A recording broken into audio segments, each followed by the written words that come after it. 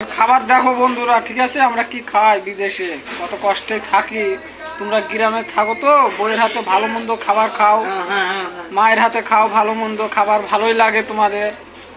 আর আমরা কি কষ্টে থাকি বিদেশে, প্রবাসের জীবন আমাদের দেখি দাও।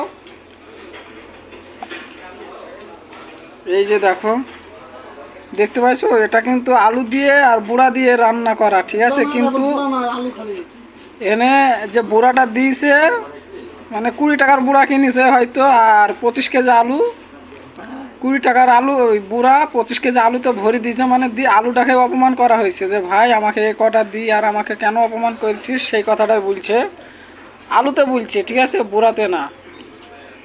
তো আপনারাই বলেন, এর মধ্যে আলু আর বুড়া কোথায় আছে, খুঁজে পাওয়া যাচ্ছে? দেখেন, আবার এর রেট হচ্ছে 800 টাকা, সপ্তাহে 800। তো ভালো থাকবেন। আমাদের খাবারের ভিডিও দেখতেই পাচ্ছেন, আমরা এই হচ্ছে খাবার। কিছু বলবো ভাই?